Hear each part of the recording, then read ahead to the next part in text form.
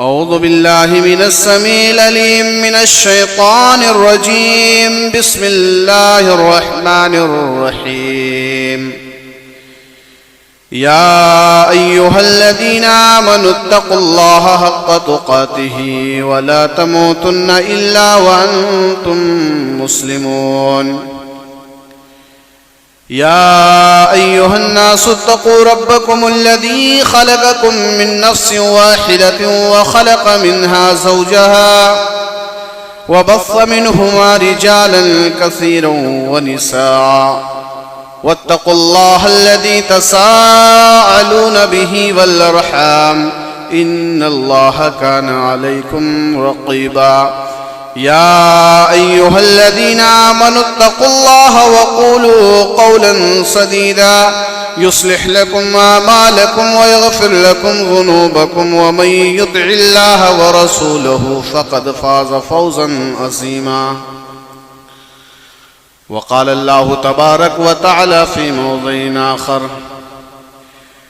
وما محمد إلا رسول قد خلت من قبله الرسل أفإن مات أو قتل انقلبتم على أعقابكم ومن ينقلب على عقبيه فلن يضر الله شيئا وسيجزي الله الشاكرين.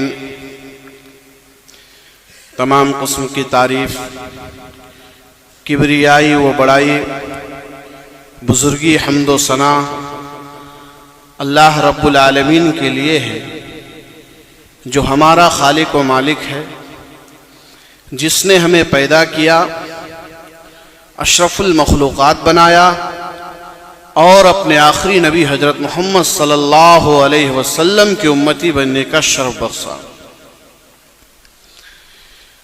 محترم حضرات، ہم سب کو اللہ رب العالمین نے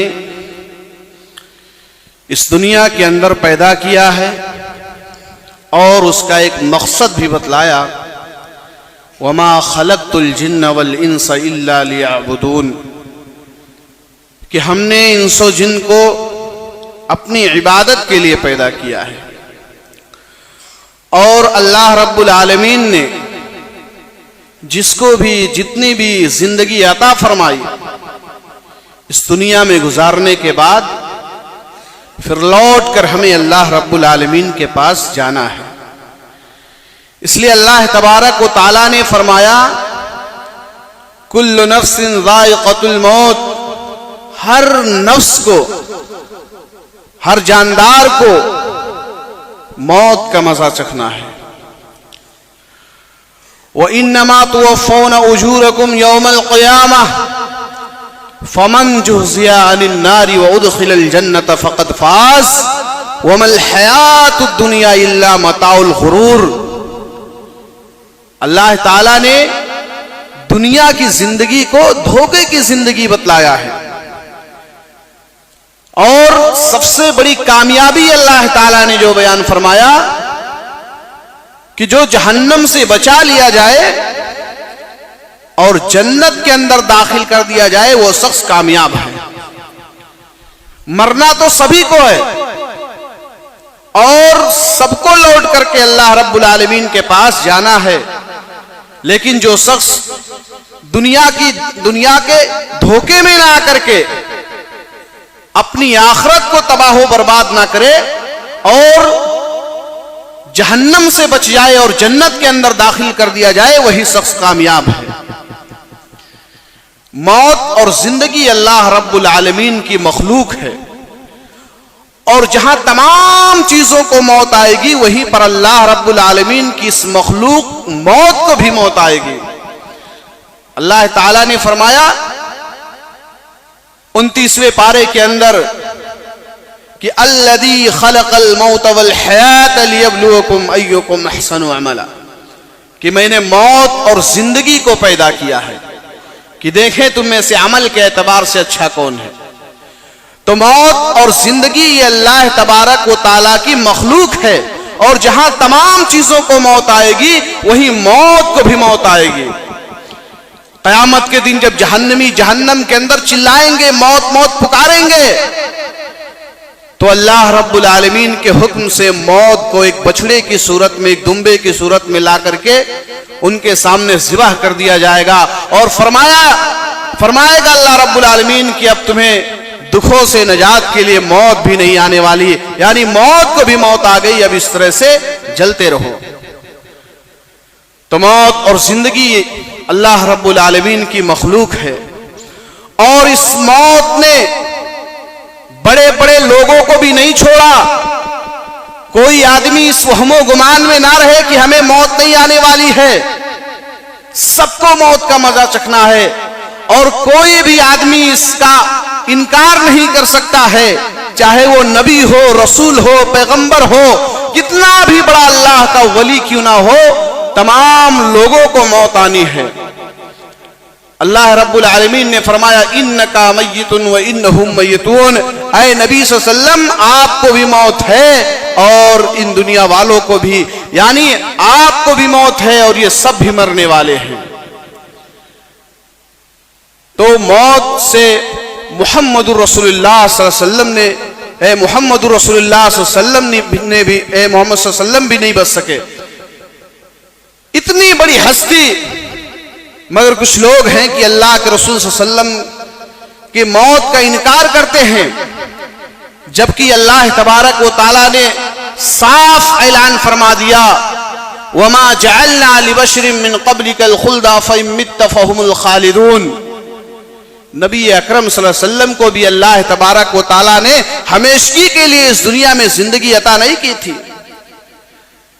ہمیں اور آپ کو فطری موت آتی ہے، کوئی آدمی بیمار ہے، کوئی کسی پریشانی میں مبتلا ہے، کسی اور بیماری کے اندر مبتلا ہے، اور اسی بیماری کے اندر وہ انتقال کر جاتا ہے۔ پیارے نبی صلی اللہ علیہ وسلم کو بھی اس طرح سے بیماری کے اندر اللہ رب العالمین نے مبتلا کیا، اور آپ صلی اللہ علیہ وسلم کے وہ آخری دن، وہ 13 یا 14 دن آپ صلی اللہ علیہ وسلم کے بڑے کشمکش میں گزرے، جو آپ صلی اللہ علیہ وسلم کی زندگی کے آخری لمحات تھے۔ آپ صلی اللہ علیہ وسلم پر بھی موت کے آثار دھیرے دھیرے ظاہر ہو رہے ہیں۔ ہر سال اللہ کے رسول صلی اللہ علیہ وسلم رمضان کے مہینے میں ایک بار حضرت جبریل علیہ السلام آپ کو قرآن کا دور کراتے تھے، لیکن اس آخری سال آپ صلی اللہ علیہ وسلم کو 2 بار قرآن کا دور کرایا۔ ہر سال رمضان کے مہینے میں آپ 10 دن کا اعتکاف کرتے تھے، لیکن اس آخری سال آپ صلی اللہ علیہ وسلم نے 20 دن کا اعتکاف کیا۔ صحابہ کی نظریں دیکھ رہی ہیں، لیکن سمجھ نہیں پا رہے ہیں کہ آپ 20 دن کا اعتکاف کیوں کر رہے ہیں۔ آپ صلی اللہ علیہ وسلم نے اسی سال خطبہ حجۃ الوداع کے موقع پر ارشاد فرمایا اے لوگو، ہو سکتا ہے میں آئندہ سال تمہارے سامنے حاضر نہ ہو سکوں۔ یہ اشارہ ہے اس بات کی طرف کہ آپ بھی اللہ کو پیارے ہونے والے ہیں۔ آپ صلی اللہ علیہ وسلم کا یہ مہینہ بھی گزر گیا، شوال کا مہینہ آیا، یہ بھی گزر گیا، ذی قعدہ کا مہینہ آیا، یہ بھی گزر گیا، ذی الحجہ کا مہینہ آیا، یہ بھی گزر گیا۔ 29 صفر کو اللہ کے نبی صلی اللہ علیہ وسلم کسی کے جنازے میں تشریف لے گئے۔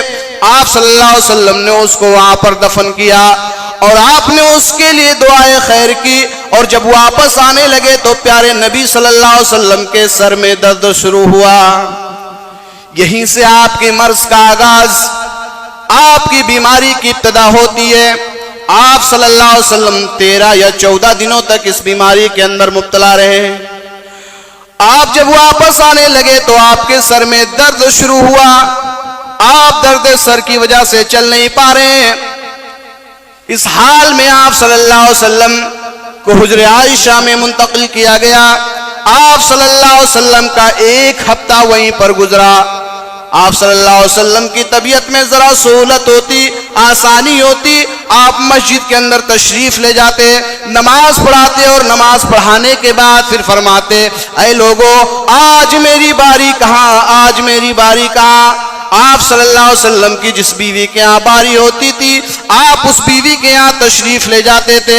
جب آپ صلی اللہ علیہ وسلم کی کمزوری اور زیادہ بڑھ گئے تو ساری بیویوں نے صلاح کیا کہ آپ کو آج اس بیوی کے یہاں کل اس بیوی کے یہاں آنے جانے میں بڑی تکلیف ہوتی ہے, بڑی پریشانی ہوتی ہے, کیوں نہ ہم ایسا کریں کہ آپ صلی اللہ علیہ وسلم کو اس بات کی اجازت دے دیں کہ آپ ہر بیوی کے یہاں نہ جا کر کے کسی ایک بیوی کے حجرے کو پسند کر لیں. اب بھی آپ کی نگاہیں دیکھ رہی تھی کہ میں کس بیوی کے حجرے کو پسند کروں, کون سی بیوی میری زندگی کے آخری لمحات کو میری امت کے سامنے پیش کر سکے گی. آپ کی نظریں اپنی بیویوں میں سے گئی تو حضرت عائشہ صدیقہ رضی اللہ تعالیٰ عنہا پر گئی, اس لیے کہ وہاں سے مسجد نبوی قریب تھا, نماز پڑھنے میں بھی آسانی رہے گی, آنے جانے میں بھی آسانی رہے گی. آپ صلی اللہ علیہ وسلم نے حجر عائشہ کو پسند فرمایا. ایک ہفتہ آپ صلی اللہ علیہ وسلم کا یہ وہیں پر گزرا. آپ صلی اللہ علیہ وسلم مسجد کے اندر تشریف لے جاتے ہیں, نماز پڑھاتے ہیں اور نماز پڑھانے کے بعد پھر حجرے کے اندر تشریف لے آتے ہیں. آپ صلی اللہ علیہ وسلم کا جب ایک ہفتہ گزر گیا تو آپ صلی اللہ علیہ وسلم نے اپنے انتقال سے 5 دن پہلے فرمایا, لوگوں آج مجھے گرمی کی بڑی شدت معلوم ہو رہی ہے, محسوس ہو رہی ہے, اور مجھے نہلاؤ, اور ایک کنویں کے پانی سے نہیں بلکہ کئی کنویں کے پانی سے نہلاؤ. بخاری کی روایت ہے کہ آپ صلی اللہ علیہ وسلم کو ایک برتن میں بٹھا دیا گیا اور صحابہ کرام نے 7 کنووں کا پانی ڈالا تو اللہ کے نبی صلی اللہ علیہ وسلم فرمانے لگے, بس کرو بس کرو. پھر آپ صلی اللہ علیہ وسلم کی طبیعت میں ذرا سہولت ہوئی, آسانی ہوئی, آپ مسجد کے اندر تشریف لے جاتے ہیں اور نماز پڑھاتے ہیں, اور نماز پڑھانے کے بعد آپ صلی اللہ علیہ وسلم کا جو منبر تھا آپ اس پر بیٹھ گئے اور آپ صلی اللہ علیہ وسلم نے فرمایا, یہود و نصارہ پر لعنت بھیجی اور فرمایا, لعنت اللہ علی الیہود والنصارہ, اللہ کی لعنت ہو یہود و نصارہ پر, انہوں نے اپنے اپنے نبیوں کی اور ولیوں کی قبروں کو سجدہ گاہ بنا لیا ہے. تو آپ کو بھی اس بات کا ڈر ہوا کہ کہیں میرے مرنے کے بعد میری قبر کو بھی چومنے چاٹنے کی جگہ نہ بنا لیا جائے, سجدہ کرنے کی جگہ نہ بنا لیا جائے. تو آپ صلی اللہ علیہ وسلم نے بھی اللہ سے دعا کیا, اللہم لا تجعل قبری وصن یعبد, الہ العالمین میری قبر کو مرنے کے بعد چومنے چاٹنے کی جگہ بت خانہ نہ بنا دینا جس کی عبادت کرنے کی جانے لگے. اس کے بعد آپ صلی اللہ علیہ وسلم نے فرمایا, اللہ تبارک و تعالیٰ نے ایک بندے کو اختیار دیا ہے کہ اگر وہ چاہے تو دنیا کی چمک دمک رونق کو اختیار کر لے, یا تو چاہے آخرت کو اختیار کر لے. جب آپ صلی اللہ علیہ وسلم یہ خطبہ ارشاد فرما رہے تھے, حضرت ابو سعید خدری فرماتے ہیں کہ اس وقت حضرت ابو بکر صدیق رضی اللہ تعالیٰ عنہ رونے لگے. آپ صلی اللہ علیہ وسلم کی ان باتوں کو سن کر کے فرمایا, اے اللہ کے نبی صلی اللہ علیہ وسلم میرے ماں باپ پر قربان ہو. حضرت ابو سعید خدری فرماتے ہیں کہ دیکھو اللہ کے نبی یہ فرما رہے ہیں کہ اللہ تبارک و تعالیٰ نے ایک بندے کو اختیار دیا ہے اور یہ بڈھا رو رہا ہے, یہ تو یہ کہہ رہا ہے میرے ماں باپ پر قربان ہو. لیکن جب اللہ کے نبی کا انتقال ہو گیا تو فرماتے ہیں مجھے پتا چلا کہ حضرت ابو بکر صدیق رضی اللہ تعالیٰ عنہ اس وقت یہ بات سمجھ گئے تھے اور انہوں نے یہ جان لیا تھا کہ یہ بات جناب محمد رسول اللہ صلی اللہ علیہ وسلم نے اپنے لیے ارشاد فرمایا تھا. ہم میں سب سے زیادہ صاحب علم اور سمجھدار حضرت ابو بکر صدیق رضی اللہ تعالیٰ عنہ تھے. یہ دن بھی گزر گیا, آپ کے انتقال میں 4 دن بچا. آپ اپنے انتقال سے پہلے 4 دن پہلے آپ کی طبیعت میں ذرا سہولت ہوئی, آسانی ہوئی, مسجد کے اندر گئے, نماز پڑھائی, اور نماز پڑھانے کے بعد آپ صلی اللہ علیہ وسلم نے پھر ایک زبردست خطبہ دیا اور فرمایا, ترکت فیکم علیکم امرین لن تضلوا ما تمسکتم بہما کتاب اللہ و سنتی. اے لوگو میں تمہارے درمیان دو چیزیں چھوڑ کے جا رہا ہوں، جب تک تم ان دونوں کو مضبوطی سے پکڑے رہو گے، ان پر عمل کرتے رہو گے، تم کبھی بھی گمراہ نہیں ہو سکتے، تم کبھی بھی سیدھے راستے سے بھٹک نہیں سکتے، تمہیں کبھی کوئی ذلیل و رسوا نہیں کر سکتا. آج جو امت مسلمہ یہ ذلیل و رسوا ہو رہی ہے، اس کا سبب یہی ہے کہ ہم نے کتاب اللہ اور کتاب الرسول کو چھوڑ دیا ہے. ہم نے جو اللہ کے نبی نے فرمایا تھا اور اللہ تبارک و تعالیٰ نے قرآن کریم میں فرمایا وَاعْتَصِمُوا بِحَبْلِ اللَّهِ جَمِيعًا وَلَا تَفَرَّقُوا، تم سب مل کر اللہ کی رسی کو مضبوطی سے پکڑ لو. اللہ کی رسی سے مراد یہی قرآن اور صحیح حدیث ہے. آج ہم نے اللہ کی اس رسی کو، قرآن اور صحیح حدیث کو چھوڑ دیا ہے اور ہم نے غیروں کی تقلید کر لی ہے. ہم آپس میں لڑ رہے ہیں، ہم ایک دوسرے کا دشمن بن چکے ہیں، ہماری مسجدیں اور عبادت گاہیں الگ الگ ہو گئی ہیں، ہم ایک دوسرے کو، اپنے بھائیوں کو بھی کافر ٹھہرانے پر لگے ہوئے ہیں. آج یہ فلاں کی مسجد ہے، یہ فلاں کی مسجد ہے، ہماری مسجد میں تم نماز نہیں پڑھ سکتے ہو، ہم تمہاری مسجد میں نہیں جائیں گے. میرے بھائیوں، مسجدیں تو صرف اللہ کے لیے ہوتی ہیں، اس کے ساتھ، اللہ کے ساتھ کسی اور کو نہیں پکارا جا سکتا ہے. وَاعْتَصِمُوا بِحَبْلِ اللَّهِ جَمِيعًا وَلَا تَفَرَّقُوا، تم سب مل کر اللہ کی رسی کو مضبوطی سے پکڑ لو. وَلَا تَفَرَّقُوا، اور متفرق مت بنو، فرقوں میں مت بٹو. آپ نے فرمایا میں تمہارے درمیان دو چیزیں چھوڑ کے جا رہا ہوں، جب تک تم ان دونوں کو مضبوطی سے پکڑے رہو گے، ان پر عمل کرتے رہو گے، تم کبھی بھی گمراہ نہیں ہو سکتے، تم کبھی بھی سیدھے راستے سے بھٹک نہیں سکتے. یہاں آپ نے ایک زبردست خطبہ دیا اور پھر فرمایا اللہ کے رسول صلی اللہ علیہ وسلم نے، اے لوگوں، ان یہودیوں کو، ان مشرکوں کو جزیرہ عرب سے نکال دینا، ورنہ اگر تم ان کو نکالو گے نہیں تو یہ تمہیں سوائے نقصان اور تکلیف پہنچانے کے کچھ نہیں چھوڑیں گے، اس لیے ان کو یہاں سے، یہاں کی سرزمین سے ان کو یہاں سے نکال دینا. آپ صلی اللہ علیہ وسلم نے یہ ارشاد فرمایا اور اس کے بعد پھر آپ نے اپنے آپ کو قصاص کے لیے بھی پیش کیا کہ لوگوں، اگر میں نے کسی کو مارا ہو، اگر میں نے کسی پر ظلم کیا ہو تو محمد رسول اللہ کی یہ پیٹھ حاضر ہے، وہ آئے اپنا بدلہ لے لے. ایسا رسول، ایسا حکمراں آپ تاریخ اٹھا کر کے بھی دیکھیں گے تو کہیں نہیں ملے گا. یہ مثال صرف جناب محمد رسول اللہ صلی اللہ علیہ وسلم کی ملے گی. پھر آپ صلی اللہ علیہ وسلم اتنی نصیحت فرمانے کے بعد اپنے حجرے کے اندر تشریف لے آتے ہیں. انتقال سے 3 دن پہلے، 4 دن پہلے رات کا وقت ہے، عشاء کی نماز کا وقت ہوا. اللہ کے نبی صلی اللہ علیہ وسلم عشاء کی نماز پڑھنے کے لیے جا رہے ہیں. اٹھے کہ آپ پر غشی طاری ہوئی، آپ کی تکلیف اور زیادہ بڑھ گئی، آپ چلنے پھرنے کے قابل نہیں رہے، بے ہوش ہو گئے. اما عائشہ رضی اللہ تعالیٰ عنہ نے آپ کے چہرے پر پانی چھڑکا، ہوش آیا. اللہ کے نبی نے فرمایا اے عائشہ کیا حال ہے لوگوں کا، لوگوں نے نماز پڑھ لی کہ نہیں؟ اما عائشہ فرماتی ہیں کہ نہیں، ابھی لوگوں نے نماز نہیں پڑھی ہے. حجرے کا پردہ اٹھایا، دیکھا لوگ مسجد نبوی میں آپ کا انتظار کر رہے ہیں. اللہ کے نبی نے فرمایا اے عائشہ پانی لاؤ. وضو کیا اور آپ بھی ہوش ہو گئے، پھر اٹھنے کی طاقت بھی نہ رہی. جب آپ کو ہوش آیا اے عائشہ کیا حال ہے لوگوں کا، لوگوں نے نماز پڑھ لی کہ نہیں؟ اما عائشہ فرماتی ہے نہیں، ابھی لوگوں نے تو نماز نہیں پڑھی ہے، وہ تو آپ کا انتظار کر رہے ہیں. جیسے شمع جلتی ہے اور پروانے آ جاتے ہیں، شمع تو آپ ہیں، پروانے آپ کے بغیر کیسے رہ جائے؟ اے اللہ کے نبی صلی اللہ علیہ وسلم ابھی لوگوں نے نماز نہیں پڑھی ہے، وہ آپ کا انتظار کر رہے ہیں. اللہ کے نبی نے فرمایا پھر پانی لاؤ. وضو کیا، پھر آپ بھی ہوش ہو گئے، آپ کے اندر اٹھنے کی طاقت نہیں رہی. اللہ کے نبی نے فرمایا اے عائشہ لوگوں کو کہو لوگ نماز پڑھ لیں. اما عائشہ نے فرمایا پھر ان کو نماز کون پڑھائے گا؟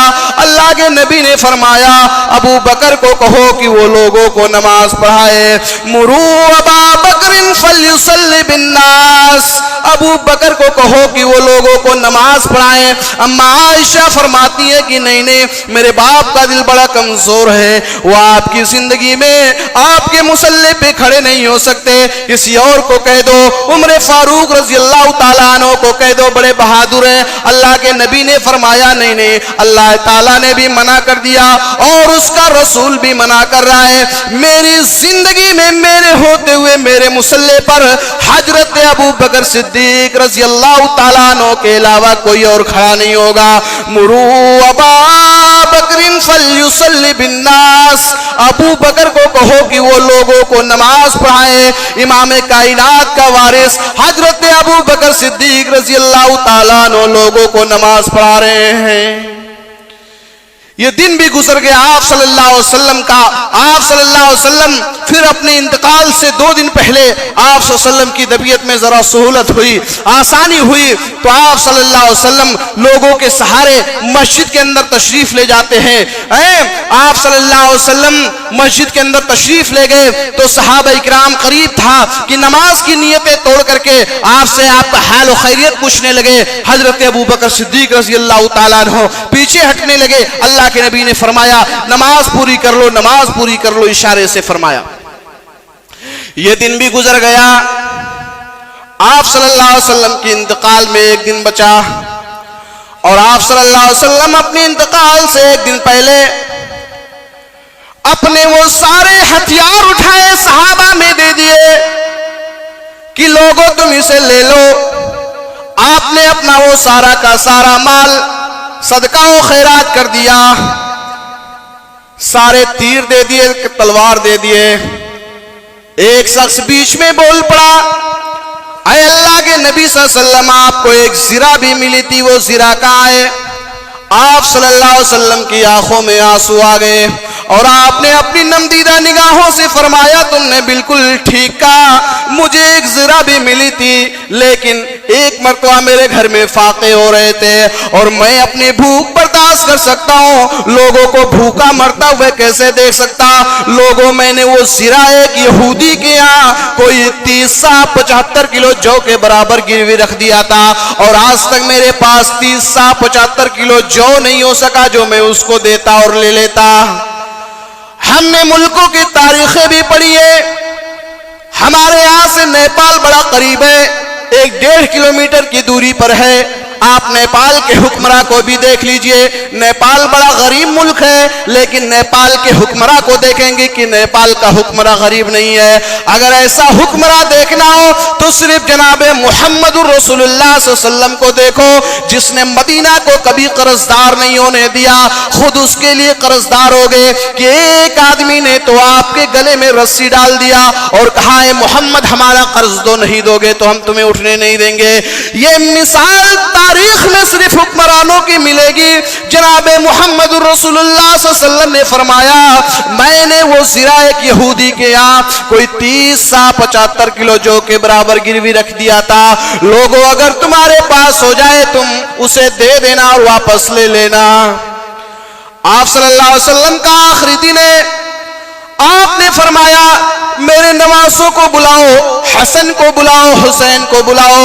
حضرت فاطمہ خود آتی ہیں اور آپ کی تکلیف کو، اپنے ابو جان جناب محمد رسول اللہ کی پریشانی کو دیکھتی ہیں تو فرماتی ہیں وہاں کر بابا، آئے میرے ابو کی تکلیف۔ آپ صلی اللہ علیہ وسلم کا یہ آخری دن ہے، آپ صلی اللہ علیہ وسلم حجر عائشہ میں تشریف فرما ہے، اور آپ صلی اللہ علیہ وسلم اس موقع پر حقوق اللہ اور حقوق العباد کی تلقین فرما رہے تھے الصلاۃ والصلاۃ وما ملکت ایمانکم، لوگوں نماز کا خیال کرنا، نماز کا خیال کرنا، اپنے ماتحتوں کا، غلاموں کا، لوڈیوں کا خیال کرتے رہنا۔ حجر عائشہ میں لیٹے ہوئے آپ صلی اللہ علیہ وسلم اپنی بیوی حضرت عائشہ کے پاس لیٹے ہوئے ہیں۔ حضرت عائشہ کے بھائی حضرت عبد الرحمن مسواک کرتے ہوئے آ رہے ہیں، آپ صلی اللہ علیہ وسلم کی نگاہیں مسواک پہ جم گئی۔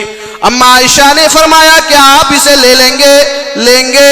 اللہ کے نبی نے فرمایا ہاں۔ اما عائشہ نے وہ مسواک لے لیا اور اللہ کے رسول صلی اللہ علیہ وسلم کو دے دیا۔ آپ کے دانتوں میں کڑی محسوس ہوئی کیونکہ اب وہ طاقت نہیں ہے۔ آپ صلی اللہ علیہ وسلم کو اما عائشہ نے فرمایا کیا میں اسے نرم کر دوں؟ اللہ کے نبی نے سر سے اشارہ کیا ہاں۔ اما عائشہ نے وہ مسواک لے لی اور اللہ کے نبی صلی اللہ علیہ وسلم کو دے دیا۔ آپ صلی اللہ علیہ وسلم کو مسواک بڑا پسند تھا، بلکہ حدیث کے اندر آتا ہے کہ اللہ کے نبی صلی اللہ علیہ وسلم نے فرمایا اگر میری امت پر مشکل نہیں ہوتا لولا ان اشق علی امتی لامرتهم بالسواک، اللہ کے نبی نے فرمایا اگر میری امت پر مشکل نہیں ہوتا تو میں اپنی امت کو ہر نماز کے وقت مسواک کرنے کا حکم دیتا۔ یہ پیارے نبی صلی اللہ علیہ وسلم کا آخری دن ہے۔ آپ بار بار پانی کے برتن میں ہاتھ ڈالتے ہیں اور پھر اپنے چہرے پر ملتے جاتے ہیں اور فرماتے ہیں ان للموت لسکرات، لوگوں موت کے لیے بڑی سختیاں ہیں، موت کے لیے بڑی سختیاں ہیں۔ اما عائشہ فرماتی ہیں کہ میں نے دیکھا اچانک اللہ کے نبی کے ہاتھ کھل گئے اور آپ بار بار پانی کے برتن میں ہاتھ ڈالتے ہیں اور اپنے چہرے پر ملتے جا رہے ہیں، اور اس موقع پر حقوق اللہ اور حقوق العباد کی تلقین فرما رہے تھے۔ اچانک دیکھتی ہیں کہ اللہ کے نبی کے ہاتھ کھل گئے، نگاہیں آسمان کی طرف اٹھ گئی اور آپ صلی اللہ علیہ وسلم کی زبان سے یہ جملے نکل رہے ہیں اللہم بالرفیق الاعلی، اللہم بالرفیق الاعلی، اے اللہ مجھے نیک اور شہداء و صالحین میں شمار فرما لے۔ آپ صلی اللہ علیہ وسلم اتنا کہنے کے بعد آپ کی روح قبض انسی سے پرواز کر گئے، آپ صلی اللہ علیہ وسلم اللہ کو پیارے ہو گئے، آپ انتقال فرما جاتے ہیں۔ یہ خبر مدینہ میں جنگل میں آگ کی طرح پھیل گئی، لوگوں کو یقین نہیں ہو رہا ہے کہ محمد رسول اللہ کا انتقال ہو گیا۔ حضرت عمر فاروق نے تو تلوار نکال لی کہ جس نے یہ کہہ دیا کہ محمد رسول اللہ کا انتقال ہو گیا ہم اس کی گردن مار دیں گے۔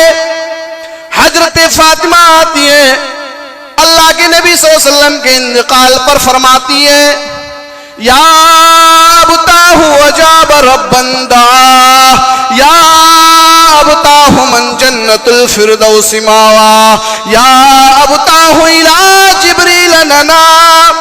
ہائے میرے ابو جی جان کی تکلیف، آپ کو آپ کے رب نے بلایا اور آپ چلے گئے، ابھی میں جبریل امین کو بلاتی ہوں اور آپ کے انتقال کی خبر دیتی ہوں کہ آج کے بعد وحی نہ لانا۔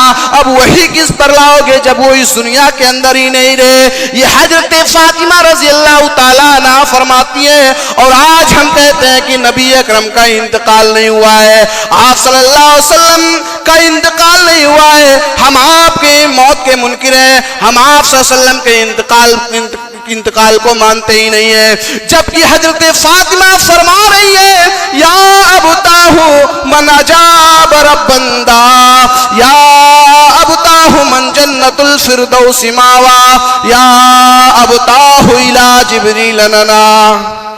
حضرت انس فرماتے ہیں کہ جس دن اللہ کے نبی صلی اللہ علیہ وسلم مدینہ منورہ کے اندر تشریف لائے اس سے زیادہ خوشی کا دن ہم نے کبھی نہیں دیکھا، اور جس دن اللہ کے نبی کا انتقال ہوا اس سے زیادہ غمناک دن بھی ہم نے کبھی نہیں دیکھا۔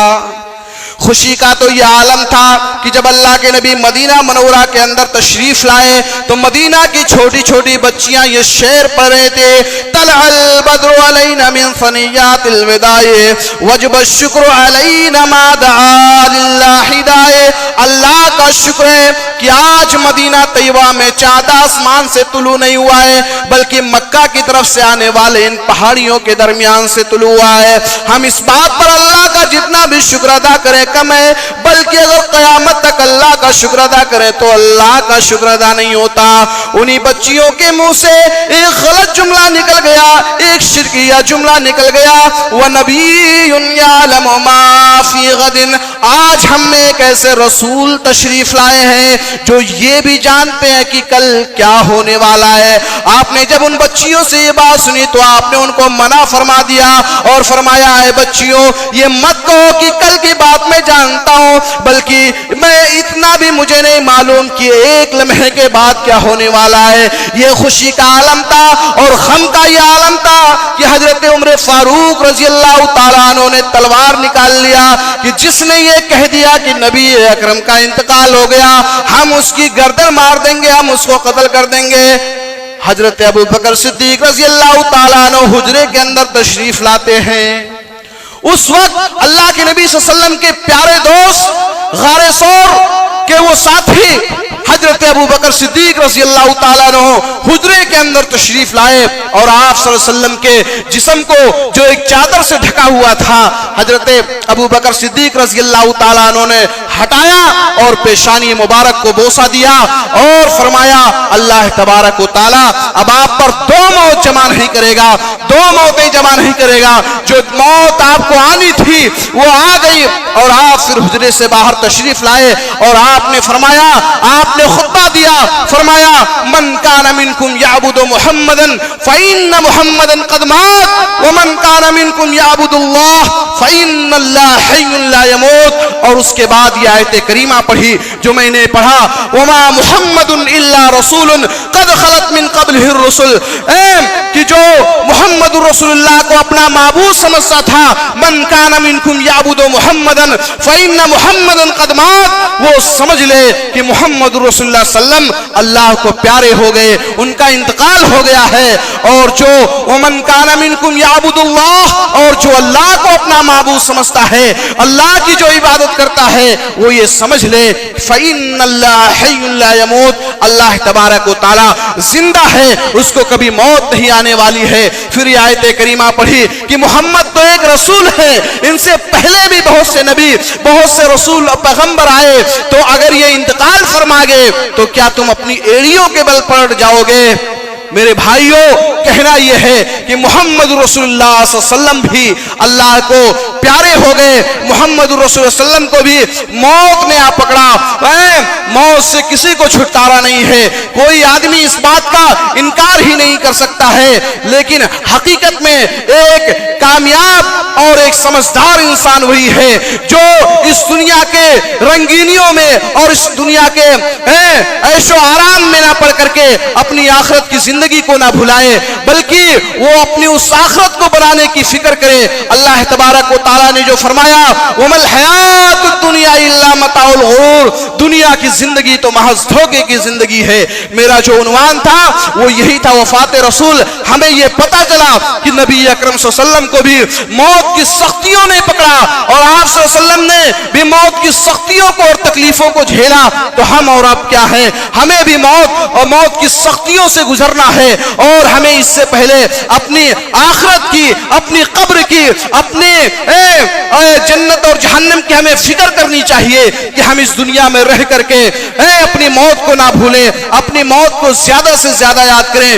جب اتنی بڑی بڑی عظیم ہستیاں پیارے نبی صلی اللہ علیہ وسلم, حضرت ابو بکر صدیق رضی اللہ تعالیٰ عنہ کو, حضرت عمر فاروق رضی اللہ تعالیٰ عنہ کو, حضرت عثمان غنی رضی اللہ تعالیٰ عنہ کو, حضرت علی و عثمان کو بھی جب موت نے نہیں چھوڑا تو ہم اور آپ کیا ہیں؟ میرے بھائیوں اللہ تعالیٰ نے فرمایا کل نفس ذائقۃ الموت, ہر نفس کو موت کا مزہ چکھنا ہے. آگے فرمایا فمن زحزح عن النار وادخل الجنۃ فقد فاز وما الحیاۃ الدنیا الا متاع الغرور.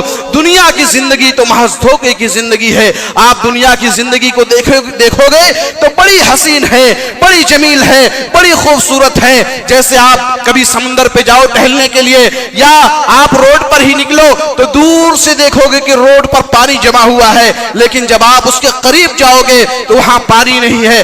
ایسے آپ سمندر پر جب گھومنے جاؤ گے تو دور سے دیکھو گے کہ وہاں پانی جمع ہے, لیکن جب آپ اس کے قریب جاؤ گے تو وہاں پانی نہیں ہے, وہاں ریت ہی ریت ہے. ایسے دنیا دیکھنے میں بڑی حسین ہے, بڑی جمیل ہے, بڑی خوبصورت ہے, لیکن حقیقت میں دنیا کی زندگی وما الحیاۃ الدنیا الا متاع الغرور, دنیا کی زندگی تو محض دھوکے کی زندگی ہے.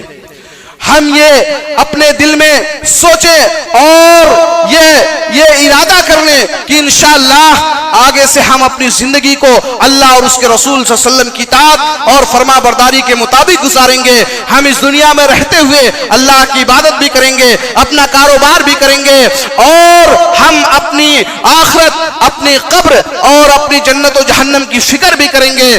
تب ہم کامیاب ہو سکتے ہیں. ہم یہ سوچیں کہ ہم اس دنیا کے اندر آئے ہیں اور اللہ تبارک و تعالیٰ نے ہمیں یہ جو زندگی دی ہے بس کھانے پینے کے لیے دی ہے, اور ہم کھا پی کر کے ایک لمبی زندگی گزار کر کے اس دنیا سے چلے جائیں. تو میرے بھائیوں, حقیقت میں سوائے پچھتانے کے ہمارے ہاتھ کچھ نہیں آئے گا.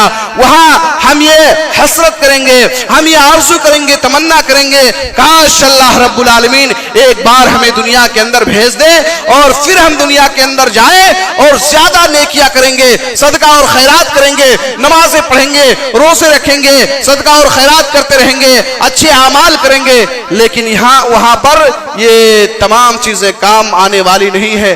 اللہ رب العالمین سے ہم یہ دعا کرتے ہیں کہ اللہ رب العالمین ہمیں اپنی موت کو زیادہ سے زیادہ یاد کرنے کی توفیق عطا فرمائے. یہ دنیا کی زندگی پانی کا بلبلہ ہے, کب ٹوٹ جائے کسی کو پتا نہیں ہے. آج کوئی آدمی زندہ ہے, شام کو پتا نہیں وہ زندہ رہے گا کہ نہیں. اس لیے اللہ کے نبی صلی اللہ علیہ وسلم نے فرمایا کہ جب تم صبح کر لو تو شام کا انتظار مت کرو, اور جب شام کر لو تو صبح کا انتظار مت کرو. اور اپنے آپ کو دوسری روایت کے اندر فرمایا وَعُدَّ نَفْسَكَ مِنْ أَهْلِ الْقُبُورِ, اور اپنے آپ کو قبر والوں میں شمار کرو. یعنی یہ ہماری زندگی چلتی پھرتی زندگی ایک مسافر کی طرح ہے. جیسے اللہ کے نبی صلی اللہ علیہ وسلم نے فرمایا کہ ایک مسافر ہوتا ہے, راستے میں چلتا ہے, کوئی سایہ دار درخت دیکھا, آرام کرنے کے لیے تھوڑی دیر کے لیے لیٹ گیا اور پھر وہ اپنے منزل کی طرف چلتا بنتا ہے.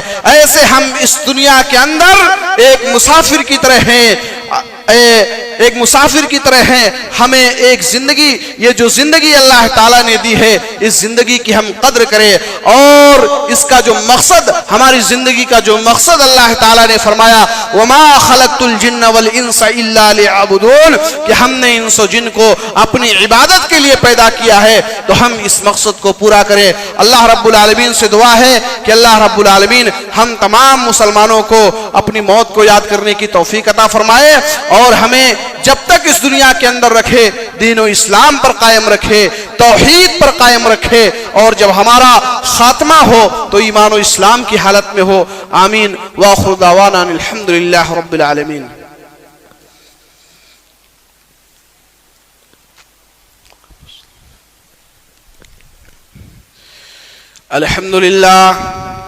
الحمدللہ نحمده ونستعینه ونستغفره ونعوذ بالله من شرور أنفسنا ومن سيئات أعمالنا. من يهده الله فلا مضل له ومن يضلل فلا هادي له. وأشهد أن لا إله إلا الله وأشهد أن محمدا عبده ورسوله. أما بعد, إن الله وملائكته يصلون على النبي يا أيها الذين آمنوا صلوا عليه وسلموا تسليما. اللهم صل على محمد وعلى آل محمد كما صليت على إبراهيم وعلى آل إبراهيم إنك حميد مجيد. اللهم بارك على محمد وعلى آل محمد كما باركت على إبراهيم وعلى آل إبراهيم إنك حميد مجيد. عباد الله يرحمكم الله, إن الله يأمر بالعدل والإحسان وإيتاء ذي القربى وينهى عن الفحشاء والمنكر والبغي يعظكم لعلكم تذكرون. ولذكر الله تعالى أعظم وأتم وأولى وأكبر.